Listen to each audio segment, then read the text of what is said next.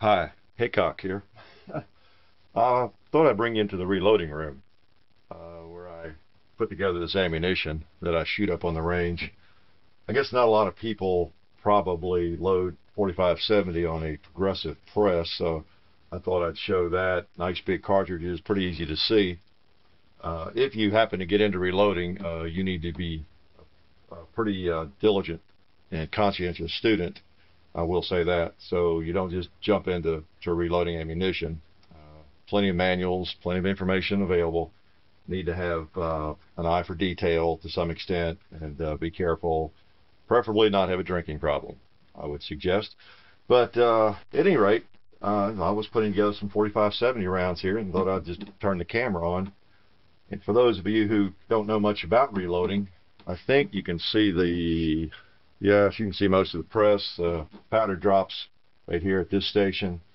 The bullet is seated at this station. And the first station over here, the primer is popped out, the old primer, and the new one put in. So all that's happening simultaneously. I'll go ahead and load a couple. I just set that bullet on there. It's a 405 grain bullet. Same ones I shoot in my videos. Okay. That one's ready. Put another one on.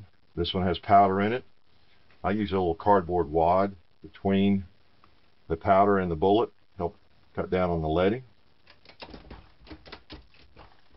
You notice, you hear that one fall in every time I work the press. Another one is loaded. Okay, put my cardboard wad in, which is not necessary, but I have a lot of those, so it's simple to do. So I'm cranking out 4570 rounds. This is the Buffalo round, the early military round of 1873 up through the 1890s. In loading pistol cartridges, generally I don't use this cardboard wad, except maybe with the black powder cartridges, so that step is not one of the steps. But with these, I don't load hundreds and hundreds and hundreds of them, so generally. I do over a year's time, possibly. But you see how simple it is once you get it going.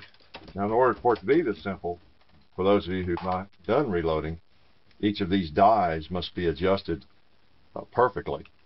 For seating depth, for crimp, for the powder measure, of course, has to be adjusted properly.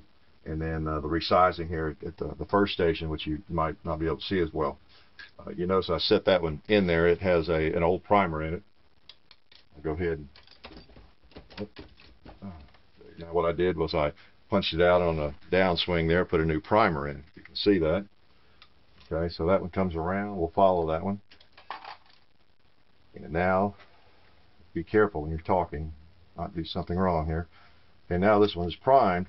When it goes up, the powder is going to drop down into it. So now it's primed and has powder.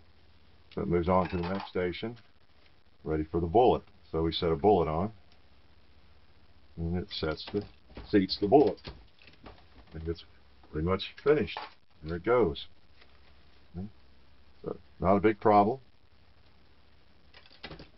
Crank them out pretty rapidly if you want to. No reason to get in a hurry. And let me load one more here. Okay, there we go. 4570. It's a 405 grain bullet. And here's the empty cases. The ones I had shot in a previous video I made. Empty, primer, fired of course. And they're ready to load again. After they've been fired a few times, I'll clean them in a vibrator. But I didn't see a need to clean these. That's pretty much how it works. Move the camera over here to my 9mm press where I'm loading 9.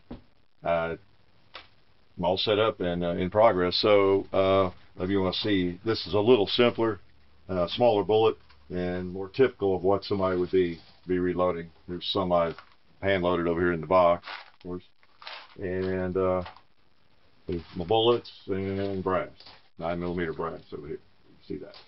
All right, so you get into a system, the same press. This is the 550B, the progressive Dillon, and it's in progress basically. This bullet is sitting there. It's sitting there. I just put it on, so I'm ready to seat that bullet. And you'll notice that this goes a little bit more smoothly.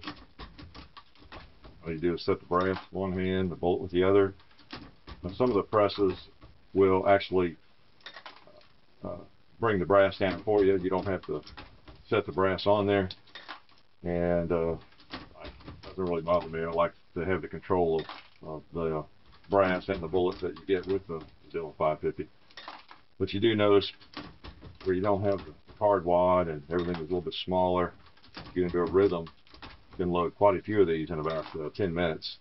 They just go pretty fast. Now, speed is not the goal, however. You do get into a rhythm, though, where you make pretty good progress. Once you get your primers in the tube, you can just go on and everything's clean and no problems. Crank out a lot of rounds pretty quickly. That's how most of them go when you're loading pistol cartridges. Pretty simple. I don't know how many I've loaded here. I've probably put together 10 or 12 as I've been talking. You can come out here and load a box in just almost no time. 9mm, 40, 10mm, whatever you want to load. About any handgun cartridge. So that's how it works. And 9mm, you crank them out once you've got the components. And as you might know, in April of 09, which it is right now, components are a little difficult to come by. But anyway, that's loading 9mm. So you might want to see that too. I'll see you on the range.